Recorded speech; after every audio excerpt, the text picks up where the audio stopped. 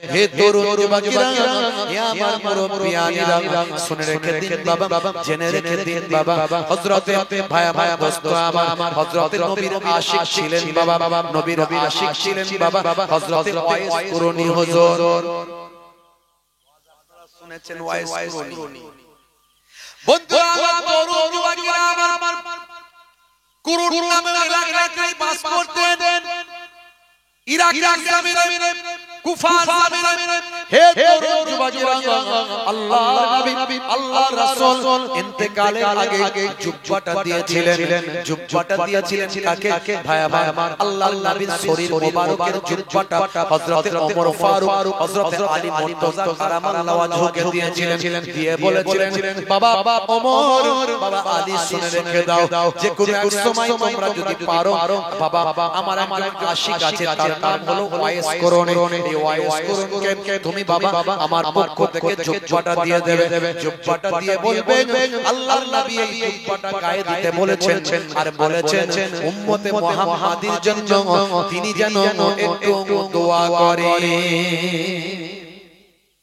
দেখেছেন আল্লাহর নবী জামানার মানুষ কিন্তু নবীর সঙ্গে দেখা হয়নি নবীর নাম শুনেছে ওহদের ময়দানে দয়ার নবীর দাঁত ভেঙে গিয়েছিল এই কথা যখন ওয়াইস কুরনি শুনেছিল তখন একটা করে সব দাঁত ভেঙে ফেলেছিল আমার নবীর কোন দাঁতটা ভেঙেছে আমি জানি না তাই আমি আমার সব দাঁতগুলো ভেঙে ফেললাম নবীর মহব্বতে আমার নবীর দাঁত ভেঙেছে আমার দাঁত ঠিক থাকবে আমার নবীর দাঁত ভেঙেছে আমার দাঁত গোটা থাকবে আহ কেমন আশিক তাকে জিজ্ঞাসা করা হলো আপনি নবীর জামানাতে পেয়েছেন নবীর সঙ্গে দেখা করলেন না আমার মা ছিল অসুস্থ আমার মাকে ছেড়ে আমার কোথায় যাওয়ার মতো ক্ষমতা ছিল না মায়ের কি সম্মান আমার নবী সেই মায়ের সম্মান দেখিয়েছে আর হযরত ওয়াইস কুরনি সেই সম্মানকে বজায় রেখেছেন আল্লাহর নবী বলেছেন ইযহাব ফাতিমহা ফাইনাল জান্নাতা তাহতা রিজলাইহা যাও তোমার মায়ের সম্মান করো কারণ তোমার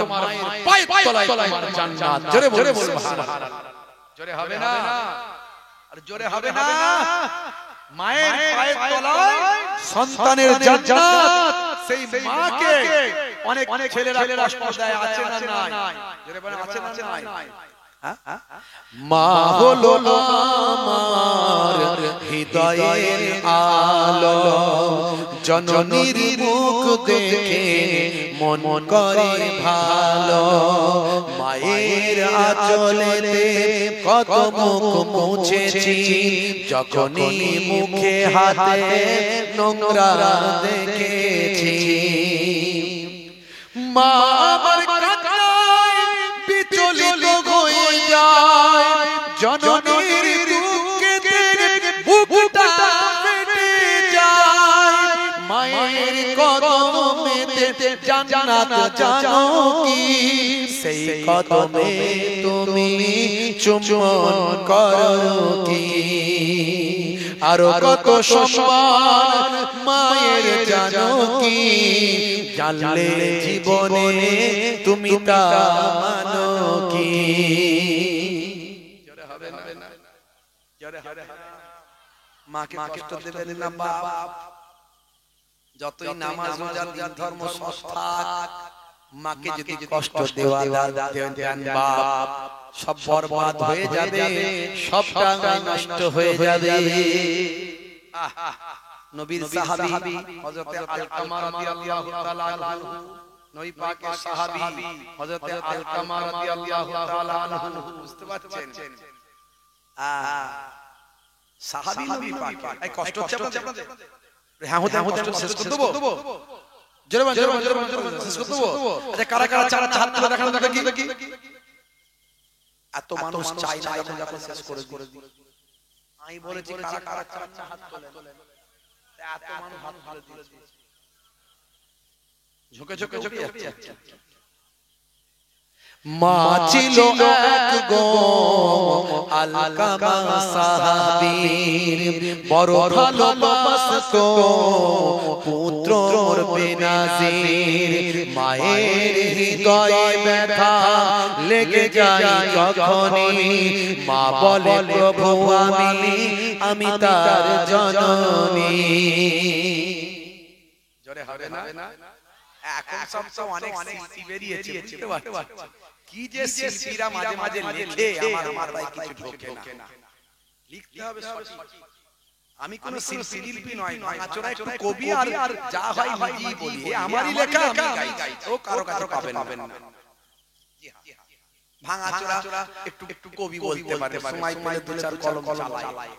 এখন সব শিল্পী বেরিয়েছে, সব কত রকমের কি যে লিখছে, মানে ওই জানে না, বুঝতে পারছো? যে গাইছে তার দোষ আমি দিচ্ছি না,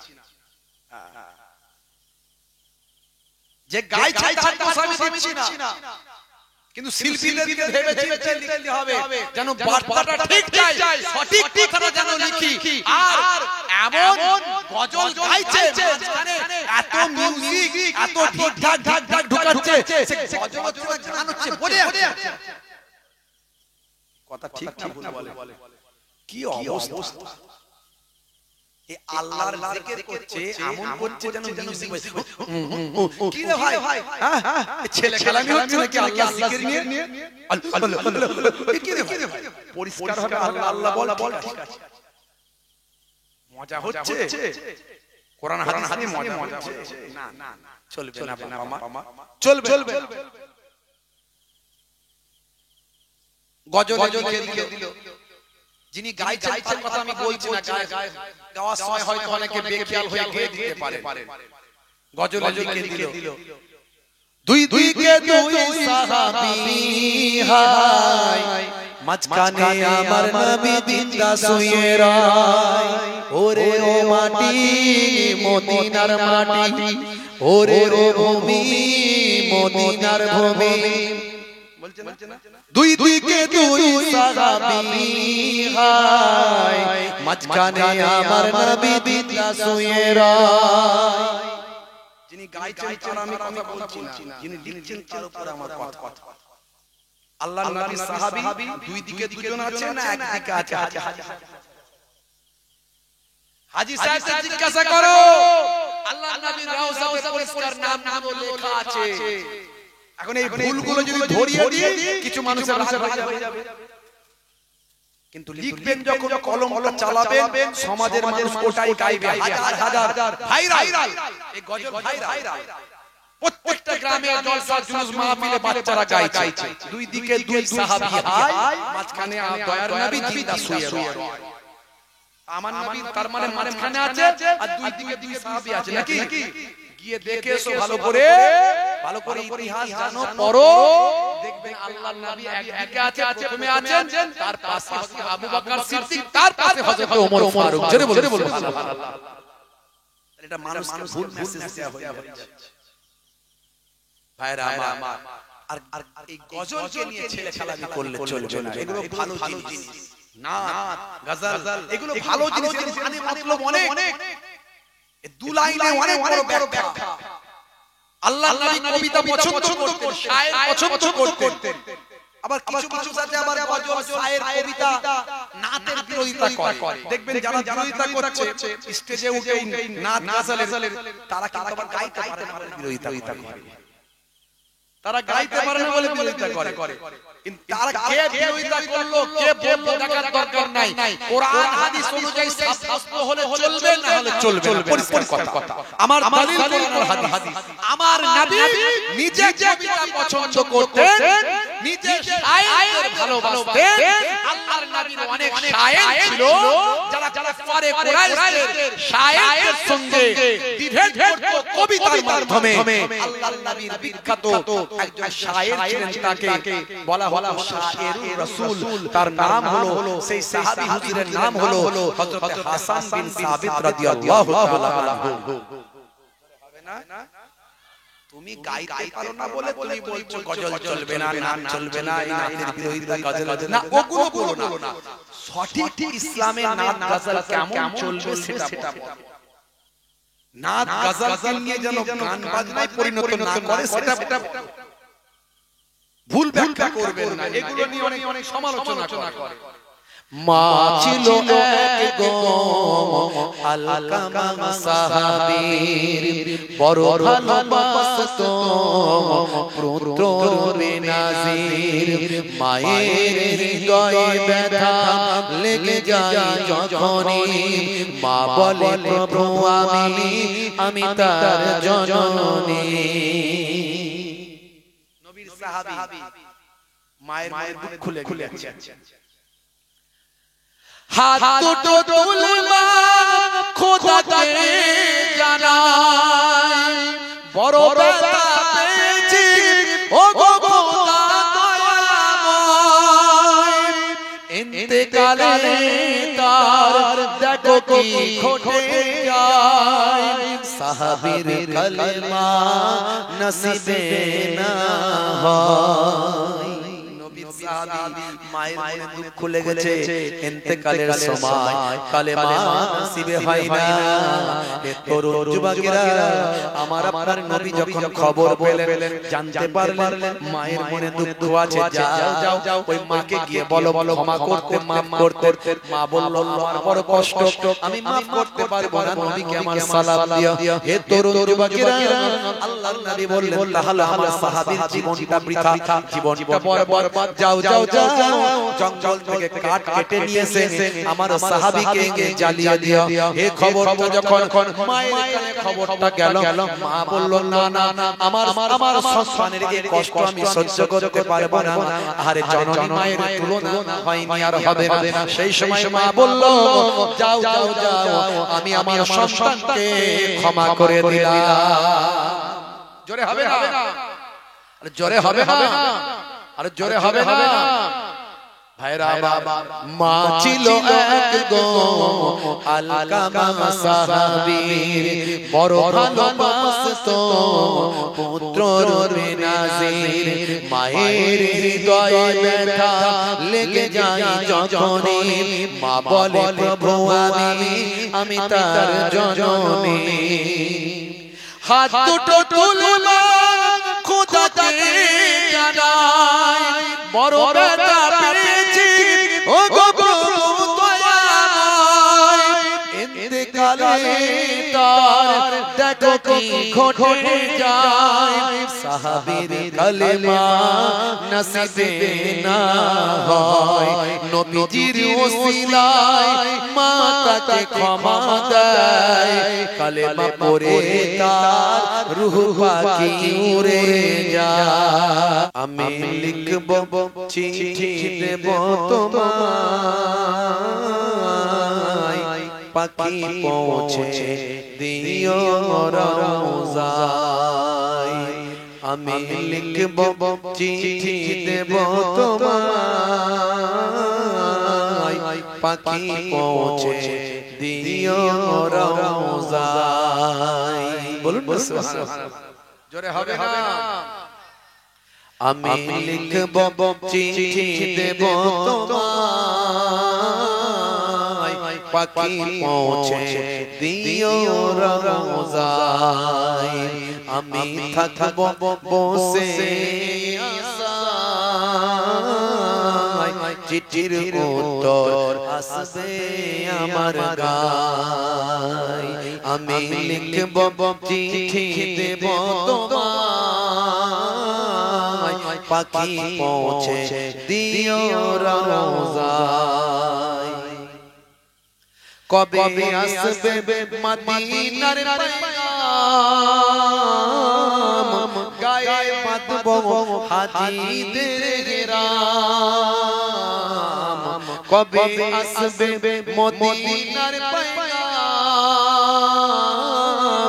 গায়ে বাঁধব হাজিদের গ্রাম আমি ঘুরব মদিনার চারিপাশ আমি ঘুরব মদিনার চারিপাশ দু চোখে দেখব সবসে গম্বাদ আমি লিখব চিঠি দেব তোমায় পাখি পৌঁছে দিও রওজায় আল্লাহুম্মা সাল্লি আলা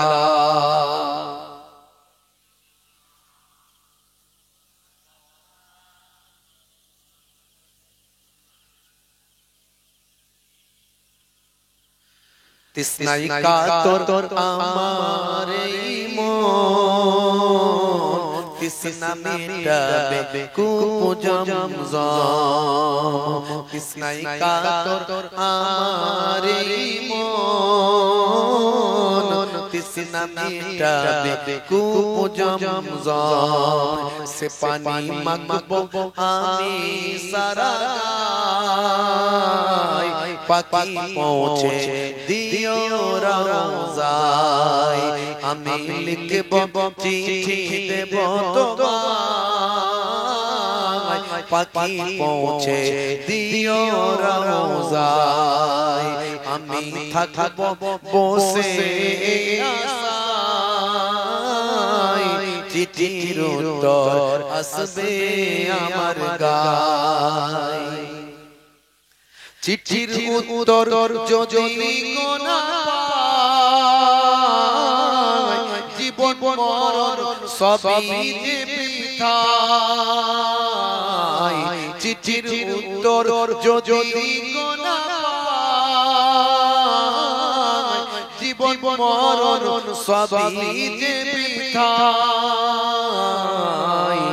যে প্রেমের চাদর হয় গুরুর গায়, যে প্রেমের চাদর হয় গুরুর গায়, সে প্রেম নবীর আশিক করে চায়।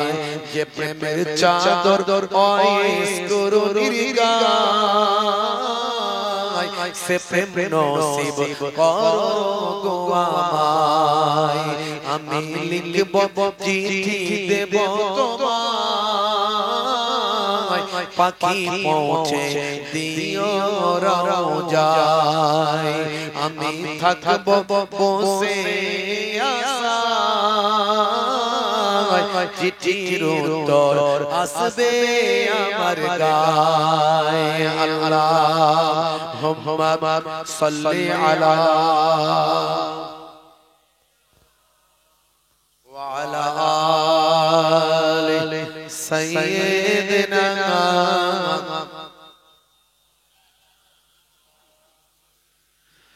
وقال الله تعالى في كلامه المجيد والفرقان الحميد ما خلقت الجن والإنس إلا ليعبدون وقال الله تعالى أيضا في كتابه مخبرا ومكروا ومكر الله والله خير الماكرين. وقال النبي صلى الله عليه وسلم من تمسك بسنتي عند فساد أمتي فله أجر 100 شهيد إلى آخر الحديث أو كما قال عليه الصلاة والتسليم. শ্রদ্ধেয় সম্মানীয় মঞ্চ উপবিষ্ট প্রবীণ বয়স্ক আমার বাপজি, আল্লাহ করে নেক মানুষ তিনি আছেন, উলামায়ে কেরামেরা আছেন, সামনে উপবিষ্ট আছেন হাজী হুজ্জাজেরা, মুসল্লি এজামেরা, সামিন হযরতরা, স্নেহের বাচ্চারা, মাইক্রোফোনের আওয়াজে কান লাগিয়ে আছেন আমার মায়েরা, বোনেরা, জাতি ধর্ম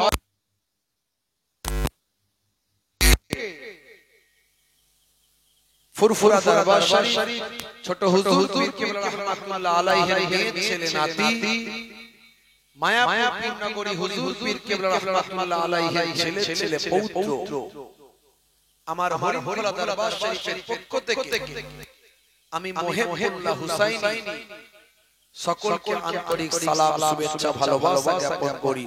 আল্লাহ পাকের রহমত সমস্ত ঈমানদারের উপর হোক, জোরে বলুন আল্লাহুম্মা আমিন। কিছু সময় জিকিরুল্লাহ, জিকিরুন নবীর আলোচনা,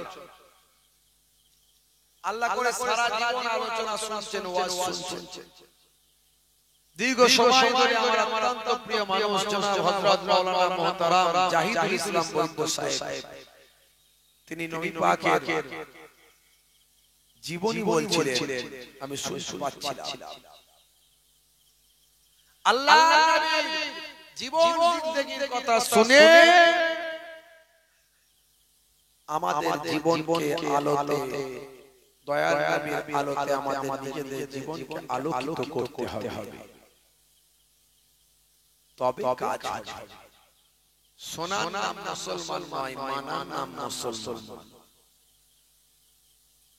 জানার নাম মুসলমান নয়, মানার নাম মুসলমান। আল্লাহ রাব্বুল আলামিন আমাদেরকে মাননে ওয়ালা মুসলমান বানান। জোরে বলুন আল্লাহুম্মা আমিন।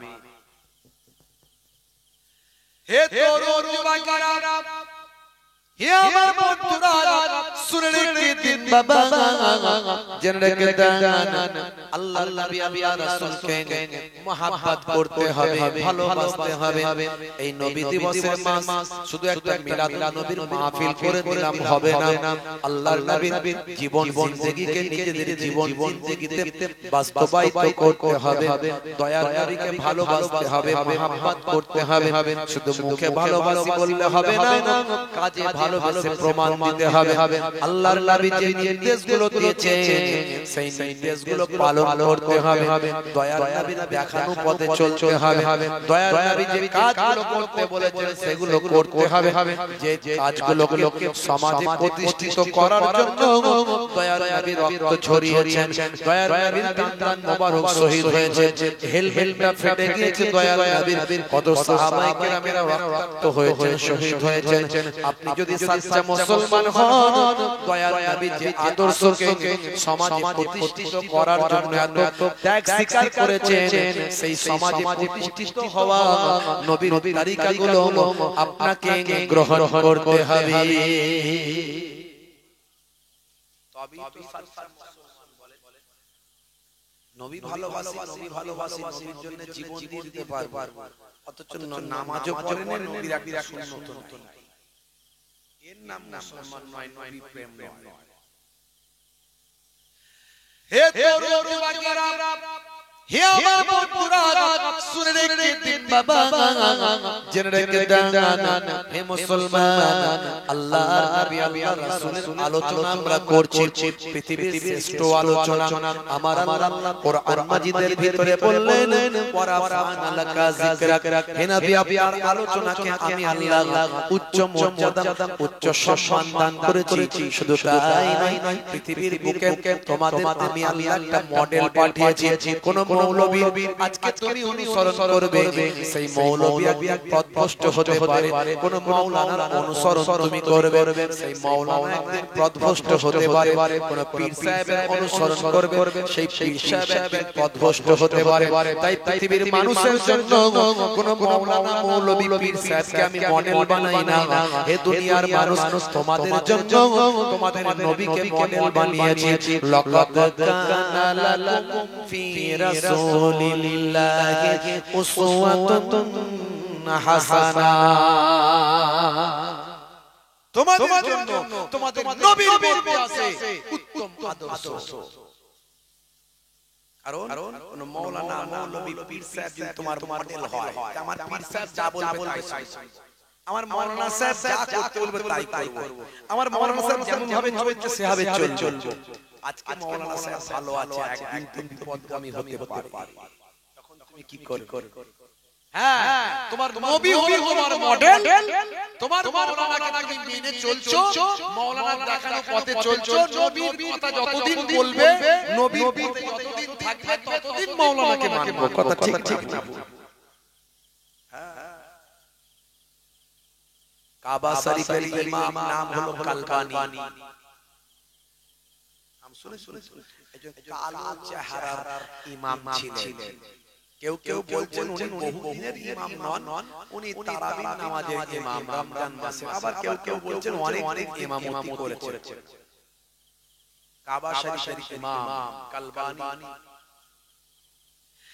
হে তরুণ যুবকেরা, তিনি এক সময় বলেছিলেন, আমি কিভাবে কাবা ঘরের ইমাম হলাম?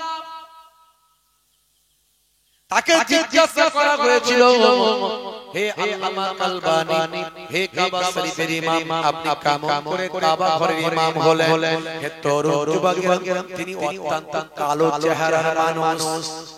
হে তরুণ যুবকেরা, হে আমার মুরব্বিয়ানেরা, তিনি তখন বলেছিলেন, আমি মাঝে মাঝে বাইরে চলে যেতাম, মায়ের কথা শুনতাম না, মায়ের সঙ্গে বদমাইশি করতাম, আমি মায়ের সঙ্গে খুনসুটি করতাম, আমার আম্মা জান রেগে যেতেন মাঝে মাঝে, আমার উপর রাগান্বিত হয়ে আমাকে বদদুয়া করতেন।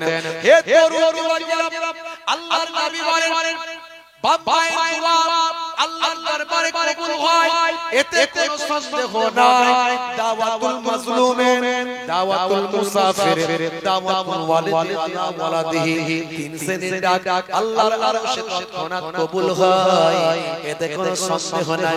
একটা হলো আমার মাজলুম ব্যক্তির ডাক, মাজলুম ব্যক্তি যার উপর অত্যাচার করা হয়েছে, যার উপর জুলুম করা হয়েছে, ওই ব্যক্তি যদি আল্লাহর দরবারে দোয়া চায়, আমার আল্লাহ, আমার লোক বল নাই, আমার জল বল নাই, আমার অর্থ বল নাই, আমি সাবার করে নিলাম, ওই ব্যক্তি আমার উপর জুলুম করছে, আমার ক্ষমতা নাই, আমি অসহায় হয়ে গিয়েছি, আমি তোমার উপরে ছেড়ে দিলাম, তুমি ফয়সালা করে দিও।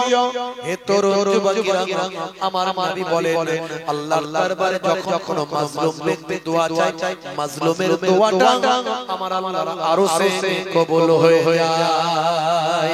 দাওয়াতুল মুসাফিরের, কোন মুসাফির ব্যক্তি সফরে গেছে, বিদেশে গেছে, কোন প্রয়োজনে বিদেশে চলে গেছে, সেখানে তার বাপ নাই, মা নাই, ভাই নাই, বোন নাই, আত্মীয় স্বজন গুলো নাই, সেই জায়গায় গিয়ে যখন বিপদে পড়ে যায়, সেই সময় যদি মুসাফির ব্যক্তি আমার আল্লাহর দরবারে যদি দোয়া চায়, হে তরুণ যুবকেরা, আল্লাহর নবী বলেন, ওই মুসাফির ব্যক্তির দোয়া আল্লাহর আরশে কবুল হয়।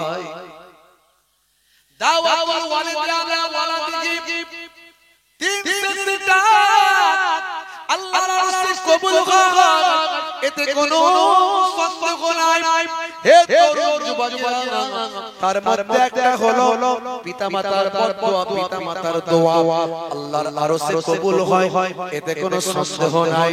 বাবা যদি সন্তানের জন্য দোয়া চায়, আয় আমার আল্লাহ, আয় আমার মাবুদ, আমার সন্তানের জন্য দোয়া চায়, সারা পৃথিবীর মানুষ আমার সন্তানের শত্রু হয়েছে, মাবুদ আল্লাহ, আমরা পিতামাতা আমার সন্তানের পক্ষে দোয়া চায়, সারা পৃথিবীর মানুষ আমার সন্তানের শত্রু হয়েছে, আমার আল্লাহ, আমার পিতামাতা আমরা দুজন আমার সন্তানের জন্য দোয়া চাই, তুমি তাদের শত্রুদের শত্রুতা থেকে হেফাজত করে দাও। হে তরুণ যুবকেরা, সারা দুনিয়ার মানুষের শত্রুতাকে আল্লাহ এক পাশে ফেলে দিয়ে পিতামাতার দোয়াকে সন্তানের জন্য কবুল করবেন। আল্লাহর নবী বলেন, পিতামাতার দোয়া আল্লাহর আরশে কবুল হয়ে যায়। ইমাম কালবানী তিনি বলছেন, আমি বড় বদমাইশ ছিলাম, ছটছটে ছিলাম, ডানপিটে ছিলাম, মায়ের কথা শুনতাম না, মাঝে মাঝে বদমাইশি যখন করতাম, মা যখন আমার সঙ্গে লেগে পারতেন না, মা তখন আমার জন্য বদদোয়া করতেন। কি বদদোয়া করতেন? মা বলতেন, আল্লাহ তুমি আমার সন্তানকে কাবা ঘরের ইমাম বানিয়ে দিও। দেখেছেন মায়ের বদদোয়াটা কেমন? হ্যাঁ, মায়ের বদদোয়াটা কেমন দেখেছেন?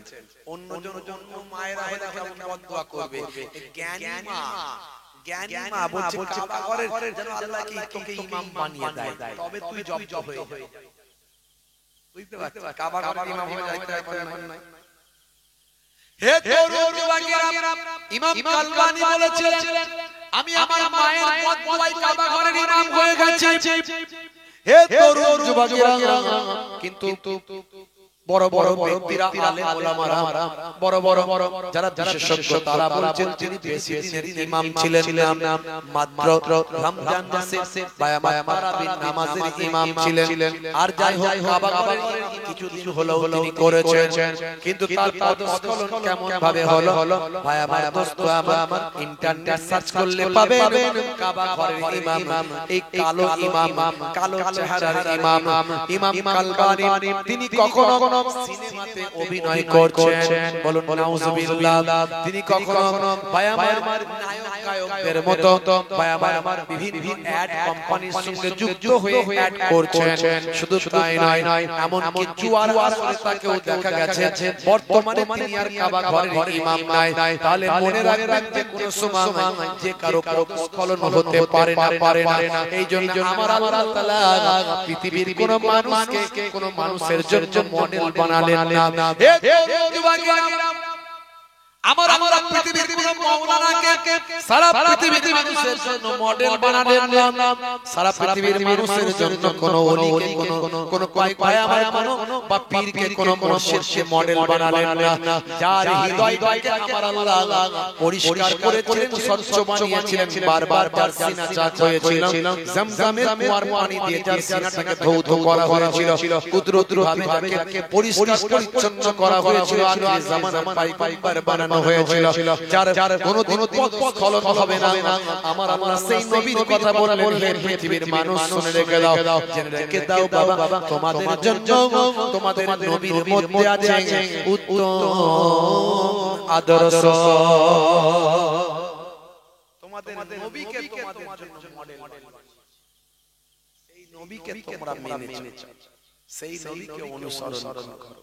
আর নবী বলছেন শুধু মুখে ভালোবাসা বললে হবে না, কাজে ভালোবাসা। আল্লাহর নবী বলেন শুধু মুখে নবী ভালোবাসা বললে হবে না, কাজে ভালোবাসতে হবে। কে আমাকে ভালোবাসে আমি সেটা নিজেই বলছি।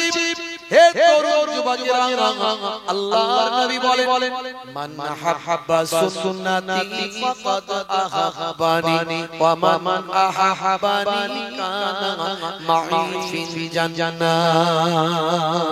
হে তরুণ যুবকেরা, আল্লাহর নবী বলেন যে আমার সুন্নতকে ভালোবাসলো সে আমি রাসূলকে ভালোবাসলো, আর যে আমি রাসূলকে ভালোবাসলো সে আমার সঙ্গে জান্নাতি হয়ে গেল। জোরে হবে না, জোরে হবে না। নবীর সুন্নাত, নবীর তরিকা ভালোবাসতে হবে সবচেয়ে বেশি, তবেই আপনি নবীকে ভালোবাসা হবে। নবী নামাজ পড়েছেন না ছেড়েছেন? জোরে বলেন। হে যুবক, তুমি নামাজ ছেড়ে দিয়ে কেমন করে বলছো আমি নবীর প্রেমিক আশিকে রাসূল, আবার এখন বলছে আশিকে রাসূল। যা করে সব ভুল আর নিজের পরিচয় দেয় আশিকে রাসূল। নবীর জীবন জিন্দেগি মাথা থেকে পা পর্যন্ত পাওয়া যায় না, আবার নাম দিয়েছে আশিকে রাসূল। আশিকে রাসূল হলে বলতে হয় না, লোকে বলে, আপনাকে পরিচয় দিতে হবে। ছোট হুজুর কেবলা আশিকে রাসূল ছিলেন, রাসূলের কথা বলতে তুমি কাঁদো তো দেখি। যারা কাঁদে ওয়াজ করতে দোয়া চাইতে ভাবছো তারা কি ওই নাটক করে ভাবছো না, অত সহজ এই অন্তত তাদের সাদা হয়ে গেছে, তাই তাদের চোখ পানি পড়ছে। কাঁদা সহজ ব্যাপার নয়, কাঁদা সহজ ব্যাপার নয় ভাইরা আমার। হে তরুণ যুবকেরা, হে আমার বন্ধুরা, শুনে রেখে দিন বাবা, জেনে রেখে দেন হে মুসলমান, আপনি নবী পাককে ভালোবাসেন। নবী পাক সারাটা জীবন নামাজের জন্য জিহাদ করেছেন, কষ্ট পেয়েছেন, সারাটা জীবন নামাজকে প্রতিষ্ঠা করার জন্য দয়া নবী আমার কত অত্যাচার জুলুম সহ্য করেছেন। সারা শরীরে রক্ত ঝরেছে নবীর আমার, সারা শরীরটা রক্তাক্ত হয়ে গিয়েছে নবীর আমার। তাইফের মাটিতে আল্লাহর নবী আল্লাহর রাসূল উপর হয়ে পড়েছেন দয়ার নবীর শরীর থেকে রক্ত গিয়ে তার জুতো মোবারকে জমে গিয়ে রক্তটা বসে গিয়েছে হে হুয়া আমার বন্ধুরা হে আমার মুরব্বিয়ান শুনে রেখে দিন বাবা জেনে রেখে দেন নবী আমার ইসলামের প্রচারের জন্য নামাজকে প্রতিষ্ঠা করার জন্য কত আমার মহব্বত করেছেন নবী আমার কত ভালোবেসেছেন ইসলামকে প্রতিষ্ঠা করার জন্য কত মহব্বত করেছেন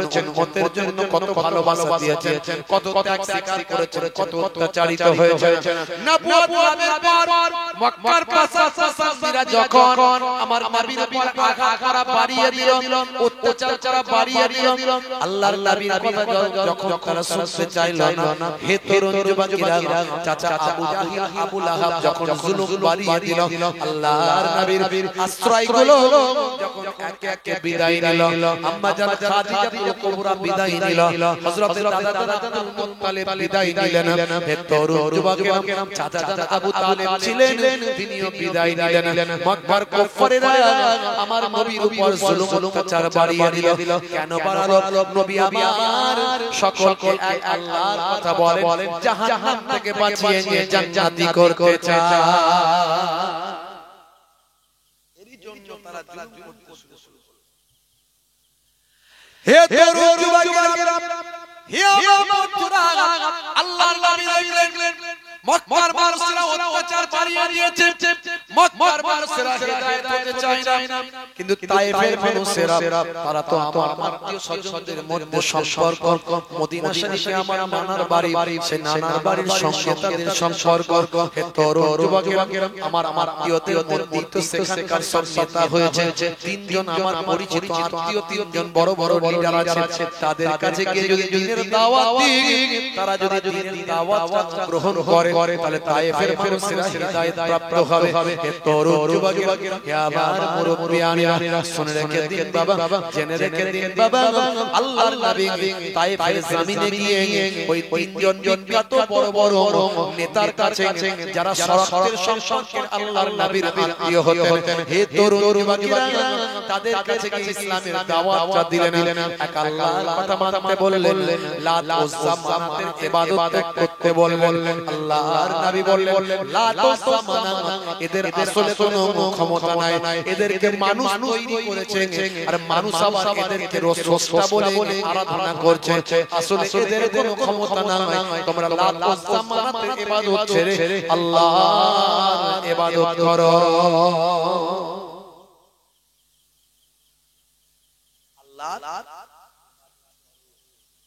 বুঝতে পারছেন তখন এই নাত ওজ্জা মানাত এগুলোর উপরে জিন ভর করত জিন ভর করত এইজন্য মানুষের বিশ্বাস খুব বেড়ে গিয়েছে বিশ্বাস খুব বেড়ে গিয়েছে মক্কা বিজয়ের পরে আল্লাহর নবী হযরত খালিদ বিন ওয়ালিদ রাদিয়াল্লাহু তাআলা আনহুকে নির্দেশ দিলেন যাও আরবের সবচেয়ে বড় ওদের সবচেয়ে বড় উপাসনা গৃহ সেটা হলো উজ্জার গৃহ সবচেয়ে বড় যারা আরবের মানুষ সবচেয়ে বেশি যার উপাসনা করে তার নাম হচ্ছে উজ্জা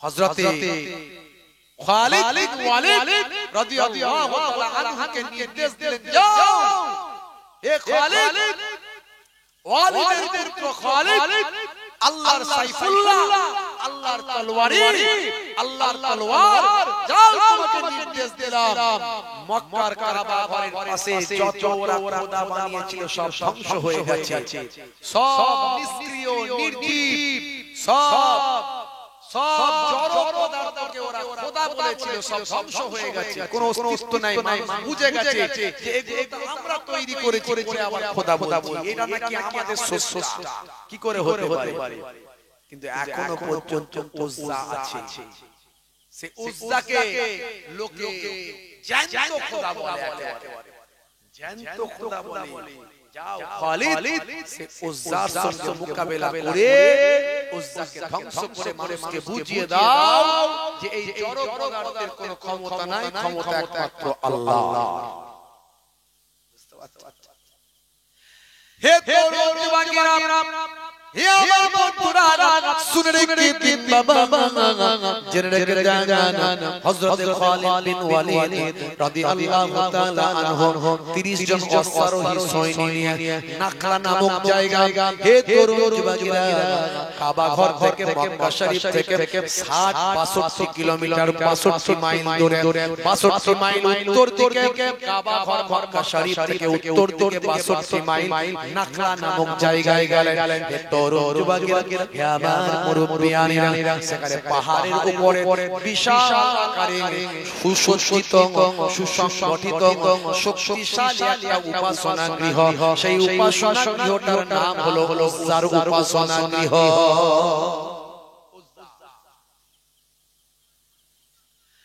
বন্ধুরা, তরুণ যুবকেরা, আমার হযরত খালিদ বিন ওয়ালিদ রাদিয়াল্লাহু তাআলা আনহু তার সৈন্যদের নিয়ে ঘোড়ার বাহিনী নিয়ে বীর বিক্রমে উলঙ্গ তলোয়ার নিয়ে সোজা পাহাড়ের উপর উঠে গিয়ে উজ্জার উপাসনা গৃহে ঢুকলেন। তরুণ যুবকেরা, হে আমার মুরব্বিয়ানেরা, সেখানে যারা পণ্ডিতেরা ছিল, ধর্মগুরুরা ছিল, ভাই আমার, হে তরুণ যুবকেরা, স্থূলাকৃতি ধর্মগুরুরা তারা বুঝতে পারল, কে তুমি? দাঁড়াও। বলে আমি হলাম খালিদ, ওয়ালিদের পুত্র। বলে কি চাই আমাদের? উজ্জার কাছে কি চাই? হে তরুণ যুবকেরা, বলে উজ্জার কাছে আমাদের কিছু চাই না। এই উজ্জা হলো জড় পদার্থ, এ কখনো স্রষ্টা নয়, খোদা নয়। শুনে রেখে দাও, ইসলামী রাজ কায়েম হয়েছে, আল্লাহর নবী রাষ্ট্রপতি হয়েছেন মক্কার জমিনে। যত ওই সমস্ত জড় পদার্থ যাদেরকে মানুষ খোদা বলতো, সেগুলো সব ধ্বংস হয়েছে। এই উজ্জার কোনো ক্ষমতা নাই, এটা মানুষের কাছে আমি প্রচার করব। তোমরা বলো উজ্জার নাকি অনেক ক্ষমতা, উজ্জার সঙ্গে বিয়াদবি করলে সে ধ্বংস হয়ে যাবে।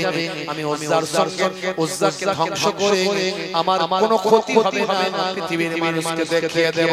হে তরুণ যুবকেরা, হে আমার বন্ধুরা, শুনে রেখে দিন বাবা, জেনে রেখে দেন, এমন সময় হযরত বাবা খালিদ বিন ওয়ালিদ রাদিয়াল্লাহু তাআলা আনহু এই রকম একটা বিশাল সুসজ্জিত সুসংগঠিত উপাসনা গৃহ, যেদিকে চারিদিকে অন্ধকার, শুধু মশাল জ্বলছে আর ধোঁয়া, ধনুর ধোঁয়া, ভাই আমার, ধোঁয়াতে ভরপুর হয়ে আছে। সেখানে ভিতরে ঢুকতে গভীর গৃহের ভিতরে ঢুকে পড়েন। সেখানে গিয়ে হযরত খালিদ বিন ওয়ালিদ দেখতে পান একটা কূপ মতো সামনে করা আছে, সেই কূপ থেকে ধোঁয়া বের হচ্ছে, আর তার পাশে একটা অর্ধ উলঙ্গ নারীর সুসজ্জিত একটা চেহারা বিদ্যমান আছে। এর নাম হলো উজ্জা। অর্ধ উলঙ্গ একটা সুসজ্জিত নারীর একটা ছবি, একটা স্ট্যাচু সেখানে করা হয়েছে, তার নাম হলো উজ্জা। সে নাকি বিশাল ক্ষমতাশালী। হযরত খালিদ বিন ওয়ালিদ সেই সময় এগিয়ে গেলেন কুঠার নিয়ে। এই বিশাল বড় 6 ফুটের উপরে এই উজ্জার স্ট্যাচু করা হয়েছে। এই স্ট্যাচু উজ্জা নাকি বিরাট বড় খোদা, বিরাট বড় শক্তিশালী, তার সাথে বিয়াদবি করলে নাকি ধ্বংস হয়ে যাবে। হযরত খালিদ বিন ওয়ালিদ রাদিয়াল্লাহু তাআলা আনহু সেই সময় কুঠার নিয়ে এগিয়ে গেলেন। হে তরুণ যুবকেরা, হে আমার মুরব্বিয়ানেরা, ওই উপাসনা গৃহের বড় বড় পণ্ডিতেরা, আরবের ওই সমস্ত কুরাইশদের বড় বড় স্থূলাকৃত পণ্ডিতেরা, মোটা মোটা পণ্ডিতেরা বলতে লাগলো, সাবধান খালিদ, হে খালিদ, শুনে রেখে দাও, জেনে রেখে দাও, তুমি আমাদের এই খোদাকে তুমি নষ্ট করো না, ভেঙো না। যদি তুমি ভাঙো তাহলে মুসিবতে পড়বে, বিপদে পড়বে। হে তরুণ যুবকেরা, এইভাবে হযরত খালিদ বিন ওয়ালিদকে ভয় পাওয়াতে লাগলো। হযরত খালিদ বিন ওয়ালিদ বললেন, তোমরা সরে যাও, তোমরা উজ্জার কাছ থেকে সরে যাও, নাহলে তোমরাও বিপদে পড়বে। হযরত খালিদ বিন ওয়ালিদ উলঙ্গ কুঠার দিয়ে উজ্জাকে টুকরো টুকরো করে জমিনে শুইয়ে দিয়ে সেখান থেকে ঘোড়ায় অশ্বারোহণ করে আল্লাহর নবীর দরবারে এসে হাজিরা দিলেন। দয়ার নবীর কাছে এসে সালাম দিয়ে উজ্জার ঘটনা জানিয়ে দিলেন। আল্লাহর নবী বললেন, খালিদ, তুমি যে উজ্জাকে টুকরো টুকরো করে দিয়েছো, উজ্জাকে যখন টুকরো টুকরো করছিলে তখন কি কোনো বাধার সম্মুখীন হয়েছো? কেউ কেউ তোমাকে বাধা দিয়েছে। হযরত খালিদ বিন ওয়ালিদ বললেন, ওখানকার পণ্ডিতেরা আমাকে বলছিল এটা করবেন না, গজব হবে, ধ্বংস হবে হবে। তা আমি তাদের কথা শুনিনি। না, কেউ কেউকে অ্যাটাক করতে আসেনি। বলে না, যাও তুমি যে উজ্জাকে ভেঙেছো ওটা আসল উজ্জা নয়, আসল উজ্জা এখনো সেখানে আছে। খালিদ তোমাকে আবার যেতে হবে, যাও তুমি সেখানে মোকাবিলা করে আসল উজ্জাকে ধ্বংস করে আসো। আরবের মানুষ মনে করে যা কিছু আরবের মানুষ করে সব উজ্জার নামে করে, উজ্জা আমাদের পক্ষে আছে তাহলে আমাদের কোনো চিন্তা নাই। মুহাম্মদ সাল্লাল্লাহু আলাইহি ওয়াসাল্লামকে উজ্জার নামে ধ্বংস করব। তারা বলে যাও যাও আরবের মানুষদের বুঝিয়ে দাও আসলে উজ্জার কোনো ক্ষমতা নাই, যা যে ক্ষমতা সব একমাত্র মহান আল্লাহ। হে তরুণ যুবকেরা, হে আমার বন্ধুরা, শুনে রেখে দিন বাবা, জেনে রেখে দেন আল্লাহর নবীর নির্দেশ পেয়ে আল্লাহর তলোয়ারি সাইফুল্লাহ আবার 30 জন সৈন্য নিয়ে অশ্বারোহী আরোহী সৈন্যদের নিয়ে তড়িৎ গতিতে ছুটতে লাগলেন। চল 65 মাইল পার করে সেই পাহাড়ের উপরে উঠে বলে নাকলা পর্বতে, ওই নাকলা পর্বতের উপরে সেই সুসজ্জিত সেই বাবা বিশাল বড় উপাসনা গৃহের ভিতর প্রবেশ করলেন। এবারে ভাই আমার ওই সমস্ত পণ্ডিতেরা বুঝতে পেরেছেন যে এবার মনে হয় আসল উজ্জাকে ধ্বংস করতে এসেছে। এবার তারা তলোয়ার দিয়ে বাধা দিল, কিন্তু এই স্থলক্রান্ত ভাই আমার স্থূলকৃত এই মোটা মোটা চেহারা পণ্ডিতেরা আল্লাহর তলোয়ারের সামনে কি দাঁড়াতে পারে? বাবা কচু কাটা হয়ে গেল, কেউ পালিয়ে গেল। হে তরুণ যুবকেরা, যারা বাধা দিতে এসেছিল তারা ধ্বংসপ্রাপ্ত হলো, পালিয়ে গেল। আল্লাহর সাইফুল্লাহ আল্লাহর তলোয়ারি হযরত খালিদ বিন ওয়ালিদ রাদিয়াল্লাহু তাআলা আনহু সেই সময় তার ভাই আমার উলুম তরবারি নিয়ে ঢুকে পড়লেন। আরো গভীরে গেলেন, চারিদিকে অন্ধকার ভয়ঙ্কর পরিবেশ। হে তরুণ যুবকেরা, হে আমার মুরব্বিয়ানেরা, অন্ধকারাচ্ছন্ন মশাল জ্বলছে, চারিদিকে ধোঁয়ার কুণ্ডলিকায় ভরে উঠেছে, চারিদিকের পরিবেশটা অত্যন্ত ভয়ঙ্কর পরিবেশ। বাইরে আবার আরো গভীর রুমের মধ্যে চলে গেলেন, গভীর গৃহের মধ্যে সেখানে পৌঁছাতে গিয়ে দেখেন আবার একটা 6 ফুট লম্বা কম বেশি একটা বিশাল বড় উজ্জার চেহারা। আগে ওই চেহারার মতোই দেখতে সুশ্রীভাবে সাজানো হয়েছে, আলতোভাবে পোশাকটা দেওয়া হয়েছে, অর্ধলঙ্গ অবস্থায় নারী দেহটা তৈরি করা হয়েছে। কি সুন্দর দৃষ্টি নিয়ে তাকিয়ে আছে, যেন ভয়ঙ্কর আকৃতি, কাউকে অ্যাটাক করবে কিংবা তাকে সে গ্রাস করে নেবে, এইভাবে তাকিয়ে আছে। হে তরুণ যুবকেরা, হযরত খালিদ বিন ওয়ালিদ উলঙ্গ কোঠার গিয়ে গেলেন। এমন সময় দেখতে পাওয়া যায় উলঙ্গ কোঠার যখন চালাতে যাবে পেছন দিক থেকে একটা ভয়ঙ্কর জিন এসে হাজির হয়ে যায়। ভয়ঙ্কর জিন, তার চেহারা থেকে যেন আলো ঝরে ঝরে পড়ছে, চেহারা থেকে যেন রক্ত ঝরে ঝরে পড়ছে, চোখ যেন ঠিকরে বের হয়ে আসছে। হে তরুণ যুবকেরা, হযরত খালিদ বিন ওয়ালিদকে বললেন সাবধান হয়ে যাও, তোমার এত বড় কথা, তুমি উজ্জার শরীরে আঘাত করতে এসেছো। হে তরুণ যুবকেরা, আমি তোমাকে ধ্বংস করে দেব। এইভাবে ভয়ঙ্কর আকৃতি নিয়ে আল্লাহর সাইফুল্লাহ আল্লাহর তলোয়ারি হযরত খালিদ বিন ওয়ালিদকে বলে। এমন গম্ভীর আওয়াজ ছিল, ভয়ঙ্কর পরিবেশ ছিল, যে কোনো মানুষ ভয় পেয়ে যাবে। কিন্তু আল্লাহর তলোয়ারির সামনে কথা বললে পৃথিবীর কোনো মানুষকে আল্লাহর তলোয়ারি কখনো ভয় পায় না, সাইফুল্লাহ কখনো ভয় পায় না, হযরত খালিদ বিন ওয়ালিদ কখনো ভয় পায় না। সেই সময় হযরত খালিদ বিন ওয়ালিদ আল্লাহর নাম নিয়ে ওই উলঙ্গ তলোয়ার দিয়ে যে কচুকাটা করে দিলেন। দেওয়ার পর পরখার দিয়ে ওই উজ্জাকে ধ্বংস করে মাটির সঙ্গে মিশে আবার অশ্বারোহণ করে আল্লাহর নবীর দরবার শরীফে হাজির হলেন। দয়ার নবীকে সব কিছু খুলে বললেন। সেদিন থেকে পৃথিবীর চরিত্র থেকে, পৃথিবীর জমিন থেকে এই মানুষ তৈরি করা স্রষ্টা ধ্বংস হয়ে গেল। হে তরুণ যুবকেরা, পৃথিবীর সব ধর্মগ্রন্থে এক স্রষ্টার কথা বলা হয়েছে। ভালো করে আপনি যদি ধর্মগ্রন্থগুলো পড়েন দেখবেন এক স্রষ্টার কথা বলা হয়েছে। মানুষ নিজস্ব খোদা বানিয়েছে, নিজেদের সুবিধার্থে, নিজেদের অর্থ ইনকামের জন্য নিজেরা নিজেদেরকে খোদা বানিয়েছে, প্রভু বানিয়েছে। তরুণ যুবক হে আমার মুরব্বিয়ানেরা, এইভাবে আল্লাহর নবী সাহাবায়ে কেরামেরা দ্বীনের জন্য কষ্ট করেছেন, ইসলামের জন্য কষ্ট করেছেন। নবী আমার কত আঘাতপ্রাপ্ত হয়েছেন। দয়ার নবীকে আপনি ভালোবাসেন, অথচ নবী নবী নবী নবী করছেন। নবীর দেওয়া নামাজ আপনি পড়েন না। আপনি যদি নামাজি হয়ে যেতেন তাহলে আপনি মদখোর হতে পারতেন না, সুদখোর হতে পারতেন না, জিনাখোর হতে পারতেন না। আপনার নামাজ আপনাকে মদ খাওয়া থেকে বাঁচাতো, আপনার নামাজ আপনাকে সুদ খাওয়া থেকে বাঁচাতো, আপনার নামাজ আপনাকে জিনাখোর থেকে বাঁচাতো, আপনার নামাজ আপনাকে লটারিখোর থেকে বাঁচাতো, আপনার নামাজ আপনাকে চুরি করা থেকে বাঁচাতো। নামাজ আপনাকে অন্যায় থেকে বাঁচাতো। ইন্নাস সালাতা তানহা আনিল ফাহশাই ওয়াল মুনকার, নিশ্চয় নামাজ তোমাকে অশ্লীলতা ও অন্যায় থেকে রক্ষা করবে। জোরে বলুন সুবহানাল্লাহ।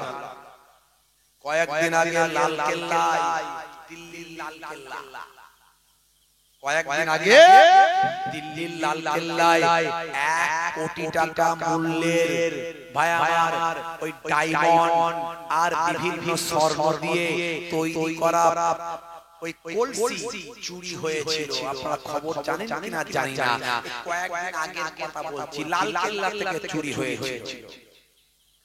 হে তরুণ যুবকেরা, ওই লাল কেল্লায় জৈনদের জৈন সম্প্রদায়ের সভা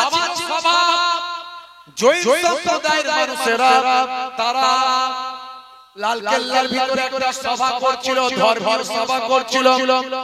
আর তাদের এই জৈন সম্প্রদায়ের মানুষদের মধ্যে এক কলস প্রথা, এক কলসি নিয়ে বিভিন্ন রকম উপকরণ নিয়ে তারা কাজ করে। হে তরুণ যুবকেরা, ধর্মের উপকরণ মনে করে তাদের মধ্যে থেকে ধনী ধনী ব্যক্তি বা আমার যারা কোটি কোটি কোটি কোটি টাকার মালিক, এই রকম ব্যক্তিরা জৈন সম্প্রদায়ের মানুষ তারা এই সময় লাল কেল্লা তাদের ওই কোটি কোটি টাকার মালগুলো নিয়ে এসে হাজির করে। এরই ফাঁকে জৈন সম্প্রদায়ের মধ্যে কোন একজন নাটক করে কোন একজন ভাই আমার ওই জৈন সম্প্রদায়ের ভাই আমার ওই রকম লেবাস ধরে আর 1 কোটি টাকা ওই কলসিটা চুরি করে নিয়ে চলে গিয়েছিল। ধর্ম কর্ম করতে এসে চুরি করে নিচ্ছে। এই মাঝে মাঝে মসজিদে জুতো চুরি হয় না, হয় না? জোরে বলে নামাজি তো চুরি করে না, চোর নামাজি সেজে চুরি করে। যে প্রকৃত নামাজি হবে সে চুরি করতে পারবে না। ভালো ভালো জুতো, দামি দামি বুট, 1000 2000 3000 টাকা দাম। নামাজিরা নামাজ পড়তে যায়, নামাজের জন্য জানো, নামাজের মহব্বত, ও জুতো আমার রইল, চুরি হোক আর যাই হোক। চোর ওই শানে থাকে, পেছনের কাতারে দাঁড়াবে, সবচেয়ে শেষে ঢুকবে, দেখবে কাল কতটা দাম বেশি, আগে বেরিয়ে ফট করে নিয়ে হাওয়া। হে তরুণ যুবকেরা, হে আমার বন্ধুরা, শুনে রেখে বাবা, আপনি যদি নামাজি হয়ে যান আপনি অন্যায় পথে ধাবিত হতে পারবেন না। আপনি যদি রাসূলের সুন্নাত মেনে চলেন ওজনে ঠকাতে পারবেন না, ছোটদের স্নেহ না করে পারবেন না, বড়দের সম্মান না করে পারবেন না।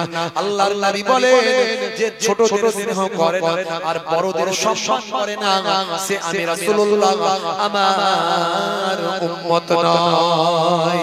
হে তরুণ যুবকেরা, আপনি যদি প্রকৃত নবীর শিষ্য হন, আপনি না ভাই আমার পিতামাতার অবাধ্য হতে পারবেন না। আপনি যদি নবীর প্রকৃত শিষ্য হন, আপনি কখনো ভাই আমার ওই নেশা করতে পারবেন না।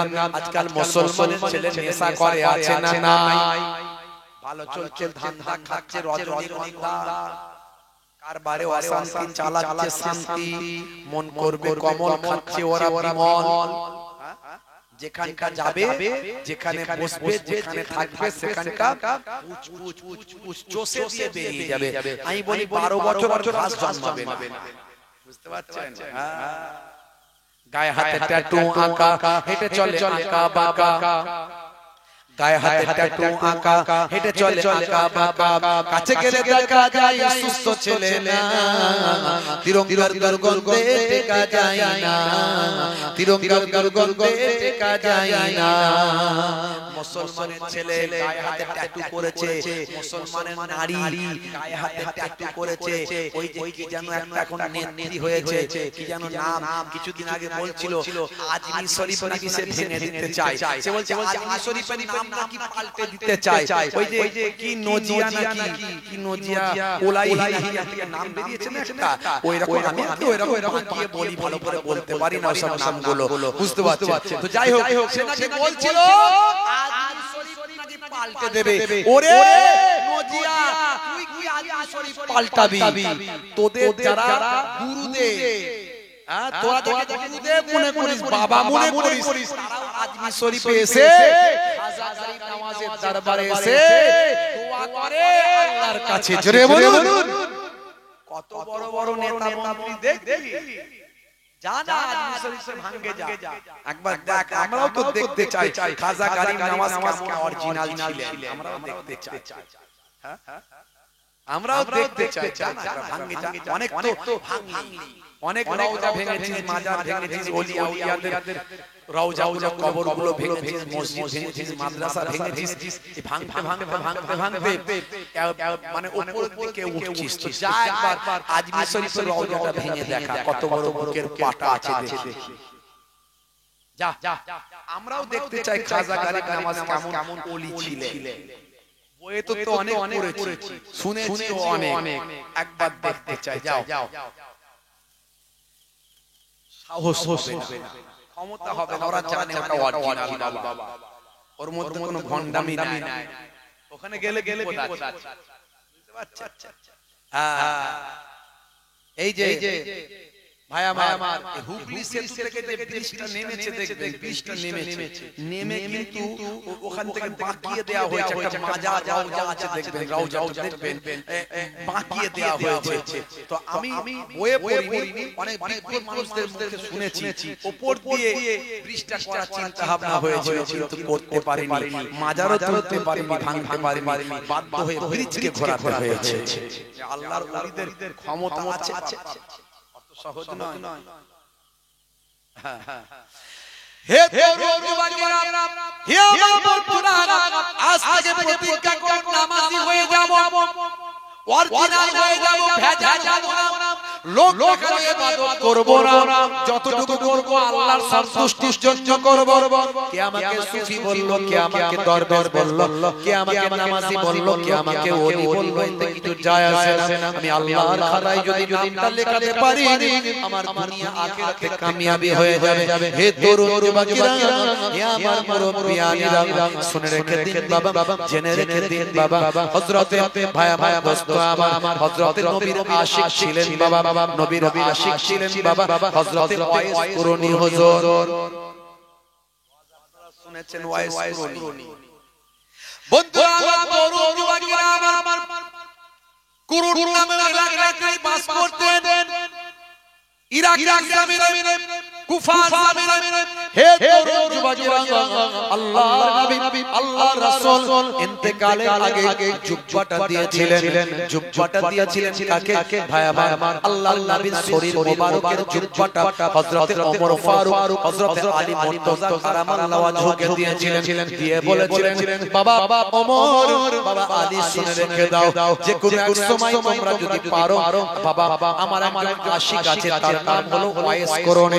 এই ওয়াইস কুরনিকে তুমি বাবা আমার পক্ষ থেকে জুব্বাটা দিয়ে দেবে, জুব্বাটা দিয়ে বলবেন আল্লাহর নবী এই জুব্বাটা গায়ে দিতে বলেছেন, আর বলেছেন উম্মতে মুহাম্মাদির জন্য তিনি যেন একটু দোয়া করে।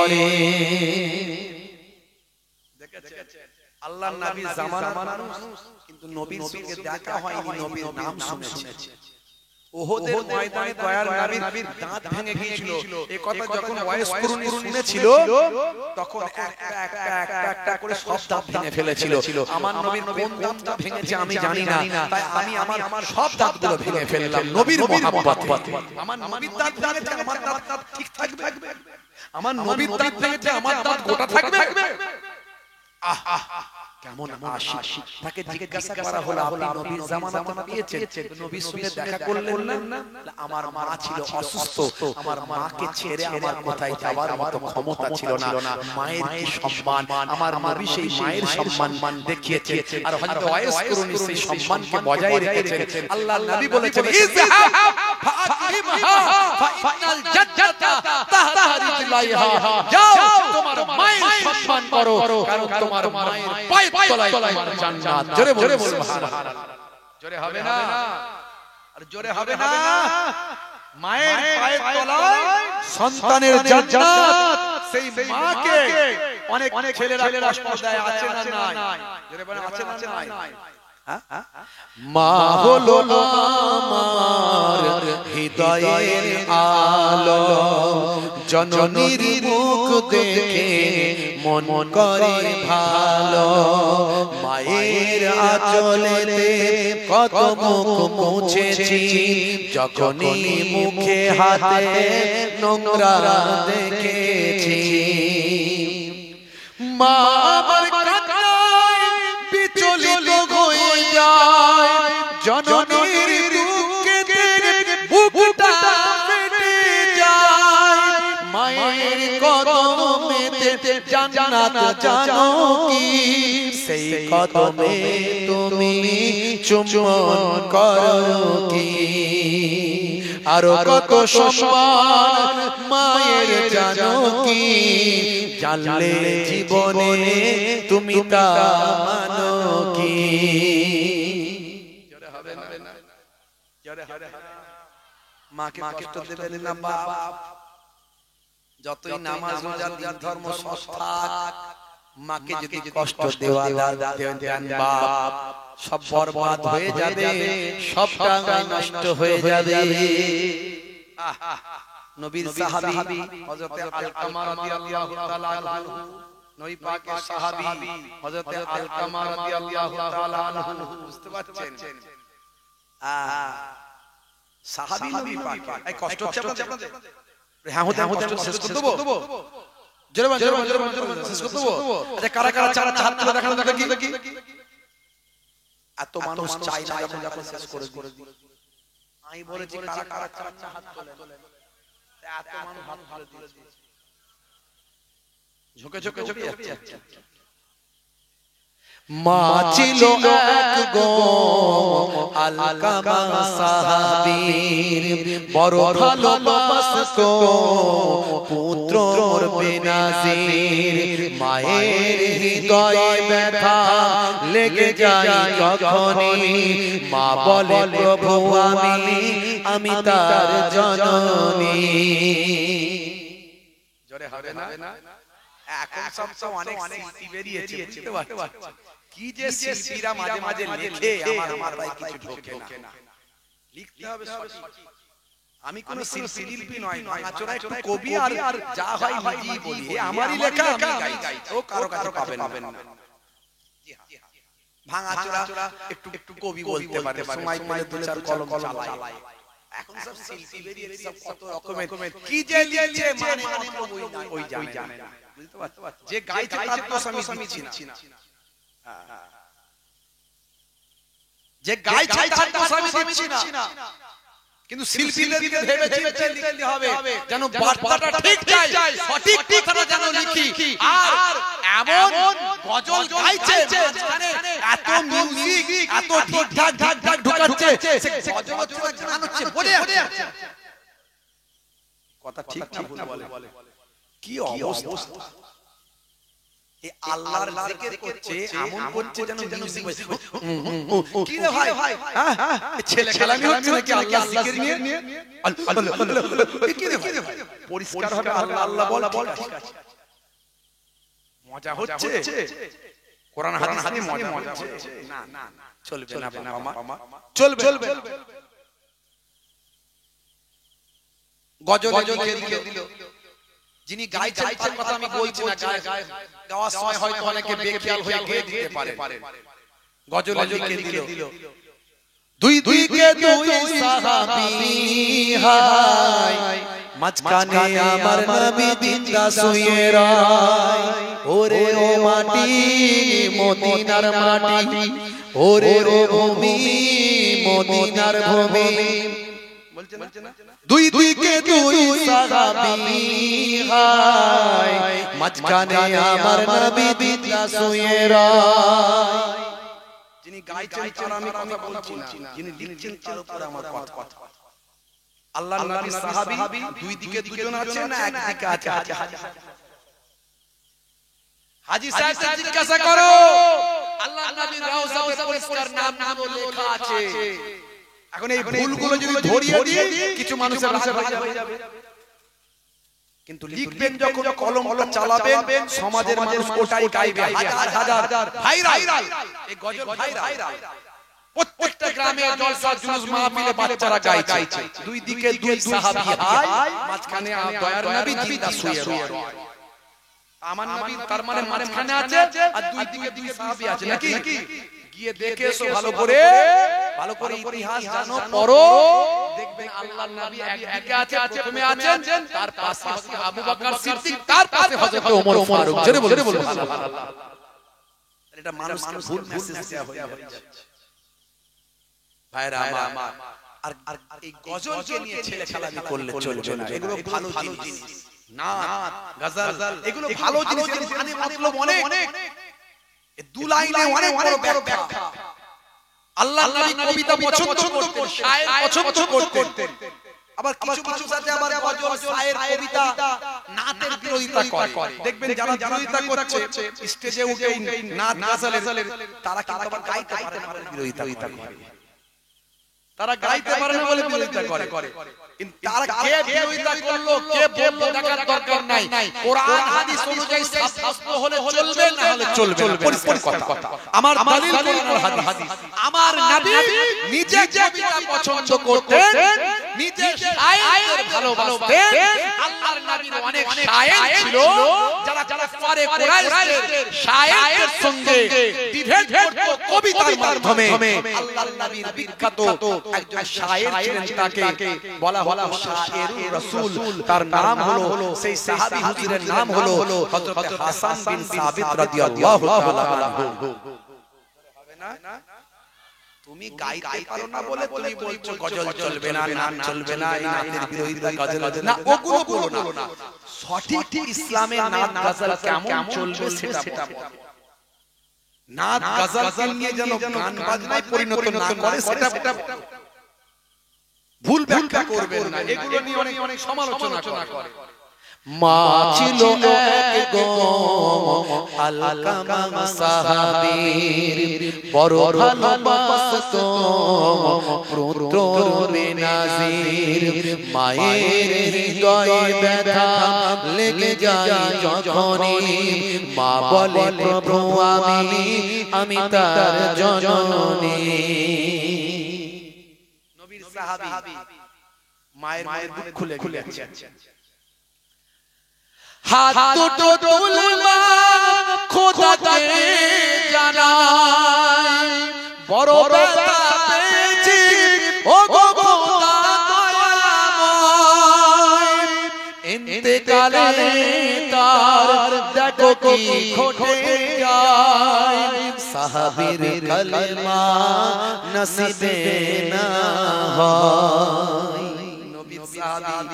মায়ের বুক খুলে গেছে ইন্তেকালের সময় কালেমা নসিবে হয় না এ তরুণ যুবকেরা আমার আপনার নবী যখন খবর পেলেন জানতে পারলেন মায়ের মনে দুঃখ আছে যাও ওই মাকে গিয়ে বলো ক্ষমা করতে মাফ করতে মা বলল আমার বড় কষ্ট আমি মাফ করতে পারবো না নবীকে আমার সালাম দিও হে তরুণ যুবকেরা আল্লাহর নবী বললেন তাহলে আমার সাহাবীর জীবনটা বৃথা জীবনটা বরবাদ যাও জঙ্গল থেকে কাঠ কেটে নিয়ে এসে আমার সাহাবীকে জ্বালিয়ে দিও এই খবরটা যখন মায়ের কানে খবরটা গেল মা বলল না আমার সন্তানের এই কষ্ট আমি সহ্য করতে পারবো না আরে জননী মায়ের তুলনা হয়নি আর হবে না সেই সময় মা বলল যাও আমি আমার সন্তানকে ক্ষমা করে দিলাম জোরে হবে না আরে জোরে হবে না, আরে জোরে হবে না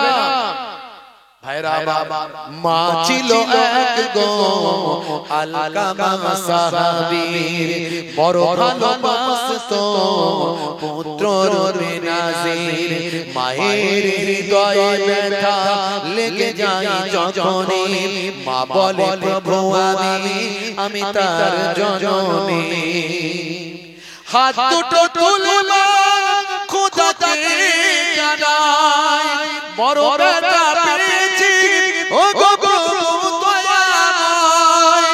ইন্তেকালে তার দেখো কি ঘটে যায়, সাহাবীর কালেমা নসিবে না হয়। নবীজির ওসিলায় মা তাকে ক্ষমা দেয়, কালেমা পড়ে তার রূহ পাখি উড়ে যায়। জোরে হবে না, জোরে হবে না। মা হলো আল্লাহর বড় এক নিয়ামত, দুনিয়ার সন্তান করো তার খিদমত। মায়ের দোয়াতে বাইত ওলিয়া, আল্লাহর দেওয়া মা হলো রহমান। জোরে হবে না। সেই মায়ের দেখভাল করতে হবে, নির্দেশকার আল্লাহর নির্দেশকার দয়ার নবীর। শুধু নবী ভালোবাসতে হবে না, নবীর নির্দেশ ভালোবাসতে হবে, নবীর নির্দেশ নামাজি হতে হবে, নবীর নির্দেশ বাবা সুন্নাত ওয়ালা হতে হবে। মুখে দাড়ি রাখতে লজ্জা পায় আছে না নাই, রাগ করবে না। তাদের মুখে দাড়ি না তারা লজ্জিত হবেন না, কারণ আমি ইহসাস দিতে এসেছি, বলতে এসেছি, বোঝাতে এসেছি। হে তরুণ যুবকেরা, বিরাট কোহলি মুখে দাড়ি আছে না রাখেনি, হরভজন সিং এর মুখে দাড়ি আছে না নাই, লিওনেল মেসির মুখে আছে না নাই, নেতা মন্ত্রী খেলোয়াড় প্লেয়ার, ভারতের প্রাক্তন প্রাইম মিনিস্টার মনমোহন সিং জি, ভারতের বর্তমান প্রাইম মিনিস্টার নরেন্দ্র দামোদর দাস মোদি জি, মুখে দাড়ি আছে না নাই। দাড়ি এখন ফ্যাশন, দাড়ি এখন মুখের সৌন্দর্য, তাই বড় বড় নেতা মন্ত্রী খেলোয়াড় প্লেয়ার দাড়ি রাখছে, কিন্তু মুসলমান দাড়ি আপনার আমার কাছে সৌন্দর্য বলে নয়, দাড়িটা রাখবো আমি আপনি নবীর সুন্নাত বলে। বড় দাড়ি রাখতে লজ্জা বোধ হয়, ছোট হলেও রাখো, একদিন ঈমানি শক্তি বেড়ে যাবে। মোহাম্মদ হুসাইন থেকে বড় দাড়ি সেদিন হবে, ততদিন পর্যন্ত যদি মারা যাও, ছোট দাড়িওয়ালা হয়ে যদি কবরে চলে যাও, মুনকার নাকির ফেরেশতা এসে বলবে মান রব্বুকা, দেখতে পাবে তোমার মুখে দাড়িটা নবীর সুন্নাত বলে রাখা হতে পারে, ওই দাড়িটাই হবে তোমার নাজাতের জারিয়া। নবী নবী করলে তো শুধু হবে না, নবীকে ভালোবাসতে গেলে নবীর সুন্নাত তরিকা আখলাক চরিত্রকে ভালোবাসতে হবে, নির্দেশনাকে ভালোবাসতে হবে, তবেই নবী বলছেন আমাকে ভালোবাসা হলো। জোরে জোরে বলুন সুবহানাল্লাহ। আজ থেকে প্রতিজ্ঞা করুন নামাজি হয়ে যাবেন, সুন্নাত ওয়ালা হয়ে যাবেন, দাড়ি ওয়ালা টুপি ওয়ালা জুব্বা ওয়ালা হয়ে যাবেন। না পারেন অন্তত নামাজিটা হবে, নামাজ ছেড়ে দিয়ে জান্নাতে যেতে পারবেন না। আর আপনি বিপদে পড়ছেন, আপনার আল্লাহর অফিস আছে, সেই অফিসটা হলো নামাজের পার্টি। সবের একটা অফিস আছে না, ডাক্তার দেখাতে গেলে ডাক্তার চেম্বারে যেতে হবে ভাই, অ্যাডভোকেটের সঙ্গে দরকার আছে, অ্যাডভোকেট চেম্বারে যেতে হবে। আল্লাহর কাছে কিছু বললে আল্লাহর চেম্বার আছে, অফিস আছে, সেটা হলো নামাজের পার্টি। একদিন দুদিন তিন দিন ধরে আপনার অভিযোগ আল্লাহকে বলছেন, 21 দিন পর থেকে ইনশাআল্লাহ বুজুর্গানের দিন আল্লাহ ওয়ালা মানুষরা পরীক্ষা করে দেখেছে, 21 দিন পর থেকে আল্লাহর কাছে যে দোয়া চাওয়া হয় অন্তর থেকে চাইতে ইনশাআল্লাহ একটু করে সব কবুল হয়ে যায়।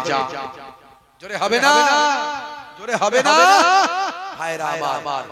সেই নামাজিটা যদি হয়ে যায়, মুয়াজ্জিন তো বারবার বলছে হাইয়া আলাস সালাহ, এসো নামাজের দিকে এসো।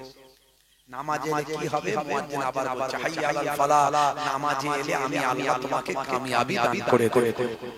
জোরে হবে না বাবাজি আমার। নবী পাকের জীবন জিন্দেগি আজকে আমি বলতে পারলাম না, কিছু নাসিহামূলক কথা বললাম, নবী পাকের নির্দেশনার কথাগুলোকে বললাম, আদর্শের কথাগুলো বললাম, নিজেদের ঈমান আমলকে তরতাজা করার কথাগুলো বললাম। আল্লাহ রাব্বুল আলামিন যেন আমাদের কবুল ও মঞ্জুর করেন, বলুন আল্লাহুম্মা আমিন, বলুন আল্লাহুম্মা আমিন। ভাইরা আমার, আগামী বছর এই মাহফিলটার জন্য একটুখানি আপনারা যদি দান সাদকা করেন, একটু যদি নবী পাককে ভালোবেসে দান যদি আপনারা দেন, তবে আগামী বছরে জান্নাতের বাগানটা সুন্দর করে করা যাবে। কি গো, এই রবিউল আউয়াল মাসে আমরা জান্নাতের বাগানে বসেছি, এটা আমাদের জন্য সৌভাগ্য। দুনিয়ার মধ্যে সবচেয়ে ভয়াবহ শ্রেষ্ঠ আলোচনা আল্লাহর কোরআন বলছে, আমার আল্লাহ বলছেন ওয়া রাফা'না লাকা যিকরাক, হে নবী আপনার আলোচনাকে আমি আল্লাহ উচ্চ মর্যাদা দান করেছি। জোরে বলে বলুন। তো সেই নবীর আলোচনার মাহফিল হওয়া দরকার আছে না নাই? নবী পাকের মাহফিল ওয়াজ যেখানে হবে, আলোচনা হবে, সেই এলাকা থেকে বিপদ আপদ মুসিবতকে আল্লাহ সরিয়ে দেবে ইনশাআল্লাহ। জোরে বলে বলুন সুবহানাল্লাহ। যারা সহযোগিতা করবে তাদের জাযা বদলা আল্লাহ দুনিয়া আখিরাতে দান করবেন, বলুন আল্লাহুম্মা আমিন। ভাইরা আমার নবীকে আল্লাহ এত ভালোবাসেন, নবীর জন্যই তো সবকিছু। আর সেই নবীর সালে সব আলোচনা করবেন আপনি, আলোচনার মজলিস সাজাবেন, সেখানে যদি আপনি দান করেন আপনার দান কমবে না, টাকা পয়সা সম্পদ কমবে না। কোরআন মাজিদে আমার আল্লাহ বলেছেন, মান জাআ বিল হাসানাতি ফালাহু আশরু আমসালিহা, এক দিলে বান্দা আমি 10 দেব। জোরে বলুন সুবহানাল্লাহ। ভাইরা আমার, সেই দয়াল নবীকে ভালোবেসে আগামী বছরে জান্নাতের বাগানের জন্য আমি মাত্র 8 জনকে চাইবো। জান্নাত হলো 8টা, জান্নাত হলো 8টা। 8 ভাইকে চাইবো 1001 টাকা করে। একটু হাতটা তুলে দেখেন না ওই নবী প্রেমিক কারা আছেন। হে যুবকেরা, দয়াল নবীকে ভালোবাসো, তার একটু প্রমাণ দাও দেখি। 1001 টাকা আমার নবী পাককে ভালোবেসে বাপ কবরে, মা কবরে, দাদা দাদি কবরে, আজ টাকা আছে কাল থাকবে না, কাফনের কাপড় ছাড়া কিছু সঙ্গে যাবে না। আচ্ছা বলুন তো দেখি, 1001 টাকা একজনও দেনেওয়ালা আছে? মাশাআল্লাহ, আমার বাপজি থাকতে না পেরে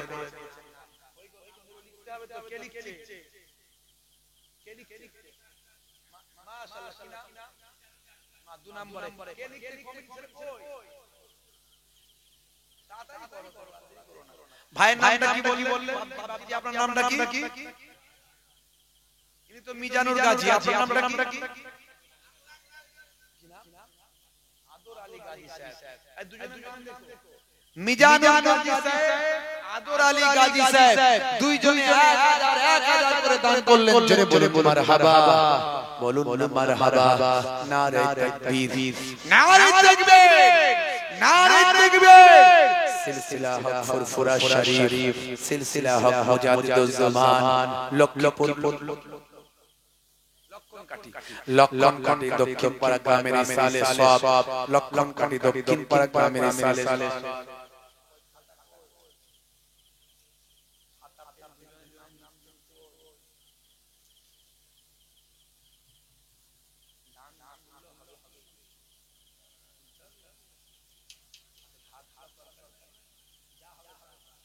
মাশাআল্লাহ। ঠিক আছে, বলেছি ভাইরা, আপনারা দুজন যা লিখিয়েছেন একটু নগদ যদি আপনারা 500 টাকা করে যদি একটু দেন, 1000 টাকা একটু দেন, বা 100 টাকা 200 টাকা করে যদি দেন, আমি একটু মুসাফা করব, আমার সঙ্গে মুসাফাও হলো, আর আমিও ধন্য হলাম, আর আপনিও ধন্য হলেন। একজন মুসাফির মানুষের সঙ্গে মুসাফা করলেন, ফুরফুরা সেই ছোট হুজুরের নাতি, পিননগরী হুজুর কেবলার পোতা, পীরের আওলাদ এসেছিল, মুসাফির মানুষ, তার সঙ্গে একটু মুসাফাও হলো, আর আমার একটু দেখা হলো, আমিও একটু ধন্য হলাম। কার দোয়া আল্লাহ কবুল করবেন, কে কতটা নেক মানুষ আমি জানি না। আমার ভাই মাশাআল্লাহ, আমার ভাই 100 টাকা মারহাবা, বলুন মারহাবা। নারে তাকবীর। যার পকেটে 10 টাকা 20 টাকা আছে সেও দিয়ে যায়, সবাই দিয়ে যায়, প্রত্যেকের সঙ্গে মুসাফা করব। আরেক ভাই আল্লাহ কবুল করুন, আল্লাহুম্মা আমিন। নারে তাকবীর, নারে তাকবীর। মাশাআল্লাহ।